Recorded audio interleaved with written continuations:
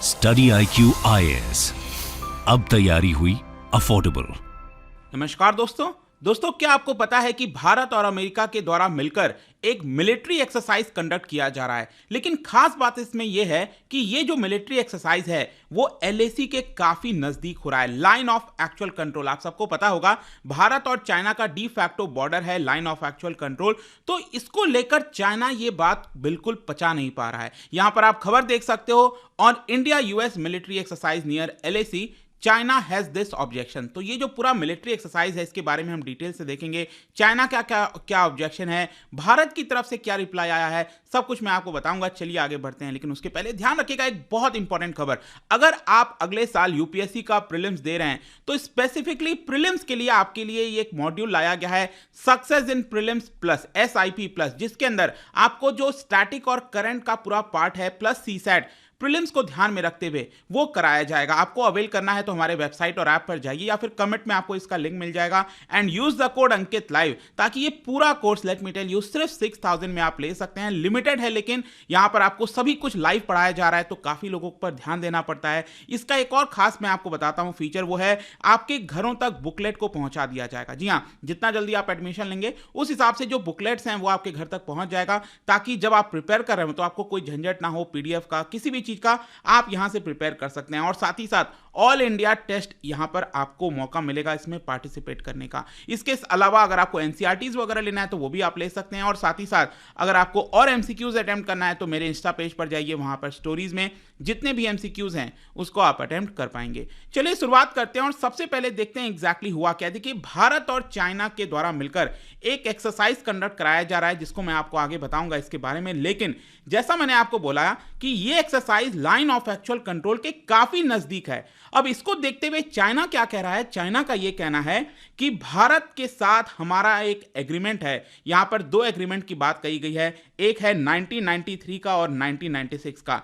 China ये कह रहा है कि भारत अमेरिका के साथ मिलकर ये जो एक्सरसाइज कर रहा है ये एक प्रकार से डायरेक्ट वॉयलेशन है 1993 और 1996 के एग्रीमेंट का।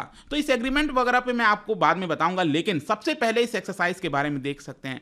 यहां पर जो बीजिंग कह रहा है, जो चाइना ऑब्जेक्ट कर रहा है, वो बात कर रहा है युद्ध अभ्यास एक्सरसाइज का। ये 18th एडिशन है। युद्ध अभ्यास एक्सरसाइज भारत और US के बीच में होता है। आपके एग्जाम पॉइंट ऑफ व्यू से बहुत इंपॉर्टेंट है, आ सकता है क्योंकि काफी न्यूज में चल रहा है। और ध्यान रखिएगा ये हर साल कंडक्ट कराया जाता है। जो अमेरिका की आर्मी है, सेना है, और भारत की जो सेना है, दोनों के द्वारा मिलकर ये कंडक्ट होता है। और इस साल का जो है वो है आपका 18th एडिशन। लेकिन ये हो कहां पर रहा है, ये हो रहा है उत्तराखंड के औली जगह पर। यहां पर अगर आप मैप देखोगे उत्तराखंड का, अगर आप यहां से जाएंगे बद्रीनाथ की तरफ तो रास्ते में ही आपको देखने को मिलेगा औली। ये आप देख सकते हो, ये बद्रीनाथ है यहां पर, और नीचे उसके जस्ट यहां पर आप देखोगे तो ये जगह है, दैट इज औली। यहां पर ये अगर आप देखिए औली। और अगर हम दूरी की बात करें LAC से ये कितने दूरी पर है, तो लगभग 100 किलोमीटर के आसपास। और इसीलिए क्योंकि 100 किलोमीटर जस्ट पीछे है US की आर्मी, इसके लिए चाइना को यह बात बिल्कुल पसंद नहीं आ रही है। वैसे मैं आपको बता दूं कि ये जो एक्सरसाइज हो रहा है ये भारत की तरफ से अगर आप देखोगे तो जो आसाम रेजिमेंट है वो पार्टिसिपेट कर रहे हैं, और US की तरफ से उनकी जो 2nd brigade of the 11th airborne division है वो यहां पर पार्टिसिपेट कर रही है। युद्ध अभ्यास जैसे मैंने आपको बताया ये एनुअली होता है, और इसका मेन एम होता है कि दोनों देश के जो आर्मीज हैं उनकी जो बेस्ट प्रैक्टिसेस हैं, टेक्निक्स हैं, टैक्टिक्स हो गया, प्रोसीजर्स हो गया, तो उसको यहां पर हम लर्न कर सकते हैं। US से हम क्या कर सकते हैं लर्न, और भारत से क्या कर सकते हैं। इसके अलावा मैं आपको बता दूं कि पिछले साल 2021 में जो एक्सरसाइज हुआ था वो US के अलास्का में हुआ था। एक साल US में होता है और एक साल भारत में होता है। और 18th एडिशन में मैं आपको बता दूं तो 2 हफ्ते से ये पूरा एक्सरसाइज चल रहा है, और इस हफ्ते ये जो एक्सरसाइज है वो कंप्लीट हो जाएगा। लेकिन इस पूरे एक्सरसाइज का सिग्निफिकेंस क्या है, सबसे बड़ा सिग्निफिकेंस यही है कि ये पहली बार ऐसा हुआ है कि बॉर्डर के इतना नजदीक हुआ है, और इसके अंदर कई सारे स्कोप्स हैं। जैसे कि यहां पर बताया जा रहा है कि माउंटेन वॉरफेयर स्किल्स हो गया, कैजुअलिटी इवैक्यूएशन हो गया, क्योंकि ये एक्सरसाइजेस क्या होता है ना कि जो डिजास्टर्स वगैरह होते हैं, नेचुरल डिजास्टर, लैंडस्लाइड, उसमें भी काम आता है, क्योंकि आप सीख के जाते हो यहां से कि अगर कोई डिजास्टर हुआ तो उस केस में आर्मी किस तरह से हेल्प कर सकती है। तो वो सारी चीजें मदद करती हैं। और इसके अलावा यहां पर बताया गया कि इस एक्सरसाइज में ये जो 18th वाला है उसमें counter drone platform, employment of drone, मतलब ड्रोन वगैरह का डिप्लॉयमेंट कैसे किया जाएगा, कैसे कर सकते हैं, वो सब कुछ, वो सारे स्किल्स यहां पर सीखने की कोशिश की जा रही है आर्मीज के द्वारा। अब क्वेश्चन ये है कि यहां पर चाइना क्या कहना चाहता है। देखो हुआ क्या कि चाइना के अंदर आपको पता है एक स्पोक्स पर्सन है फॉरेन मिनिस्ट्री के, अक्सर न्यूज में रहते हैं, याओ लिजियान, ठीक है। वो यहां पर मीडिया को ब्रीफ कर रहे थे और वहां पर एक पाकिस्तानी पत्रकार थे, कॉरेस्पॉन्डेंट थे, उन्होंने यहां पर पूछ लिया उनसे, चाइना से, कि आपका इस एक्सरसाइज को लेकर क्या कहना है कि यूएस की आर्मी आपके बॉर्डर के काफी नजदीक आ गई है, इसको लेकर चाइना क्या कहेगा। तो देखिए यहां पर उनका क्या बयान था। Joint military exercise between India and US close to the LAC violates the spirit of the agreement. मतलब कि भारत और चाइना के बीच में 1993 और 1996 का जो एग्रीमेंट है उसके स्पिरिट को वायलेट करता है। वैसे मैं आपको बता दूं, वैसे तो हम डिटेल में नहीं जाएंगे कि 93 के एग्रीमेंट में क्या है, 96 के एग्रीमेंट में क्या है, लेकिन यहां पर मूलभूत चीज यही है इन दोनों एग्रीमेंट में कि दोनों देश अब लार्ज नंबर में जो आर्मीज हैं, जो ट्रूप्स हैं, उसको बॉर्डर के पास तैनात नहीं कर सकते और यहां पर कोई भी यूनिलैटरल डिसीजन नहीं ले सकते बॉर्डर के पास। और इसी का हवाला देते हुए यहां पर चाइना कह रहा है कि आपने इस एग्रीमेंट का वॉयलेशन किया है। लेकिन इसके साथ साथ चाइना की जो डिफेंस मिनिस्ट्री है, उन्होंने कुछ दिन पहले एक और चीज कहा था कि अगर ये एक्सरसाइज होता है तो ये साफ दिखाता है कि थर्ड पार्टी इंटरफेयर कर रही है भारत और चाइना के बॉर्डर अफेयर्स पर। मतलब आपको पता है ऑलरेडी यहां पर कई सारे टेंशन देखने को मिल रहे हैं भारत और चाइना के बीच में बॉर्डर पर, तो यहां पर थर्ड पार्टी का इंटरफेरेंस किया जा रहा है, ऐसा चाइना का कहना था। लेकिन मैं आपसे एक क्वेश्चन पूछता हूं, अगर चाइना ये कहता है कि भारत इसका स्पिरिट में वॉयलेशन, स्पिरिट में फॉलो नहीं कर रहा है इस एग्रीमेंट को, तो क्या आपको लगता है कि पिछले 3 साल से क्या चाइना इसको फॉलो कर रहा है? याद कीजिए वो दिन गलवान वैली वाला जो पूरा इंसिडेंट हुआ था, जहां पर हमारे 20 जवान वीर गति को प्राप्त हुए थे। ऑल्दो रिटेलिएशन में हमने भी, हमारी तरफ से भी काफी बड़ा प्रहार हुआ था। अलग अलग नंबर्स हैं कि 40-50 की संख्या में जो चाइनीज आर्मी के लोग हैं वो मारे गए थे, वो एक अलग मामला है। लेकिन क्या पिछले 3 साल से चाइना इस एग्रीमेंट का फॉलो कर रहा है? बिल्कुल नहीं कर रहा है। न्यू दिल्ली, भारत ने यहां पर बार बार यहां पर याद दिलाया चाइना को कि जो भी आप इस समय बॉर्डर पर कर रहे हो बिल्कुल गलत है। क्योंकि अगर आप देखोगे तो चाइना ने धीरे धीरे क्या किया, बॉर्डर के पास बड़े नंबर्स में अपने जो सेना है, आर्मी है, पीपल्स लिबरेशन आर्मी, उनको तैनात करना स्टार्ट कर दिया। और मैंने आपको पहले ही बोला कि ये जो एग्रीमेंट है बेसिकली उसमें यह साफ लिखा गया है कि आप बड़ी संख्या में आर्मी को बॉर्डर के पास तैनात नहीं कर सकते। तो एक तरफ तो यहां पर चाइना जो है वो खुद तो यहां पर चीजों को फॉलो नहीं कर रहा, और जब यहां पर भारत कोई कदम उठा रहा है तो उसके द्वारा सवाल किया जा रहा है कि हम एग्रीमेंट को फॉलो नहीं कर रहे, जो कि पूरी तरह से गलत है।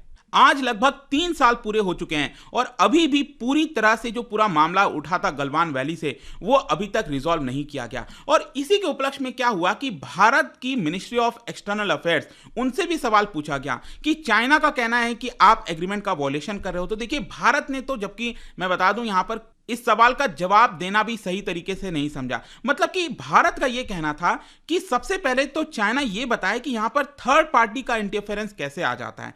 हम तो सिंपली यूएस के साथ मिलकर एक एक्सरसाइज कर रहे हैं, किसी प्रकार का बॉर्डर को लेकर जो विवाद है उसको नहीं उठाया जा रहा है, तो थर्ड पार्टी का वॉयलेशन यहां पर कैसे आ जाता है? India US exercises are something completely different and I don't know what colour has been given.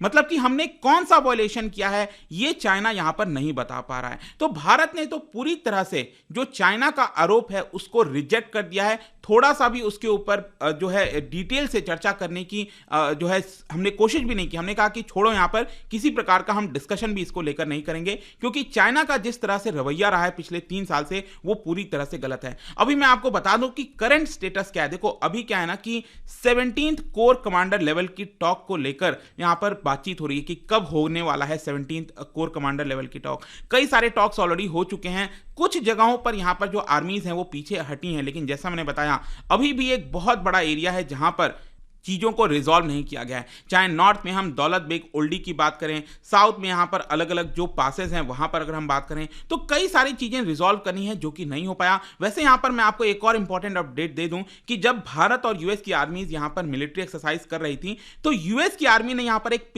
Picture जो है वो पोस्ट किया, और ये एक प्रकार से आप कह सकते हो ये जो पिक्चर है बहुत ज्यादा मायने रखती है।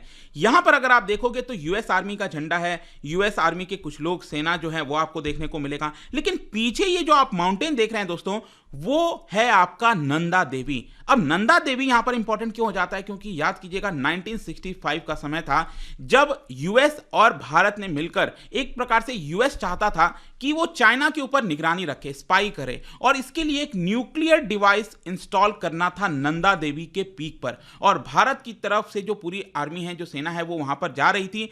इस ऑपरेशन को आई थिंक शायद अक्टूबर 1965 में स्टार्ट किया गया था। वो वहां पर पहुंचे तब तक मौसम खराब हो गया। वो जो डिवाइस है, न्यूक्लियर डिवाइस है, वो वहीं पर छोड़कर आ गए थे ताकि अगले साल जाकर वापस से उसको इंस्टॉल कर देंगे, क्योंकि मौसम बहुत खराब हो गया था। लेकिन जब अगले साल हम वापस गए तो वो न्यूक्लियर डिवाइस वहां पर नहीं था, और आज तक इसका खुलासा नहीं हो पाया है कि एग्जैक्टली वो न्यूक्लियर डिवाइस कहां पर गया। और इसीलिए कहीं ना कहीं आप कह सकते हैं कि उसी की तरफ ये संकेत था, और यूएस की आर्मी ने ये जो पिक्चर पोस्ट किया है वो साफ आपको दिख रहा होगा कि कहीं ना कहीं टॉन्ट करने के लिए चाइना को इस तरह की चीजें करी गई हैं। खैर, जो भी है, आई होप कि ये जो पूरा मुद्दा था वो आपको डिटेल से समझ में आ गया होगा। युद्ध अभ्यास के बारे में सब कुछ मैंने आपको बता दिया। और जाने से पहले एक इंटरेस्टिंग क्वेश्चन, यहाँ पर एक ज्योग्राफी से रिलेटेड क्वेश्चन। आपको पता है हिमालय में एक नदी बहती है, मंदाकिनी रिवर, राइट? तो ये मंदाकिनी रिवर का सोर्स कहां से, आपको बताना है। इसका राइट आंसर आप सबको पता है, मेरे इंस्टाग्राम पर तो मिलेगा ही।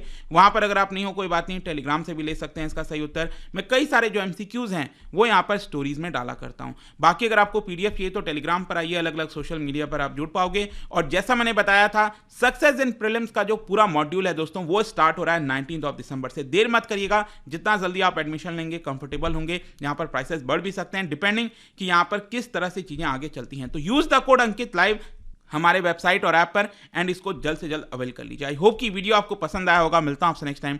Till then, thank you very much, see you soon. Study IQ IAS, अब तैयारी हुई अफोर्डेबल।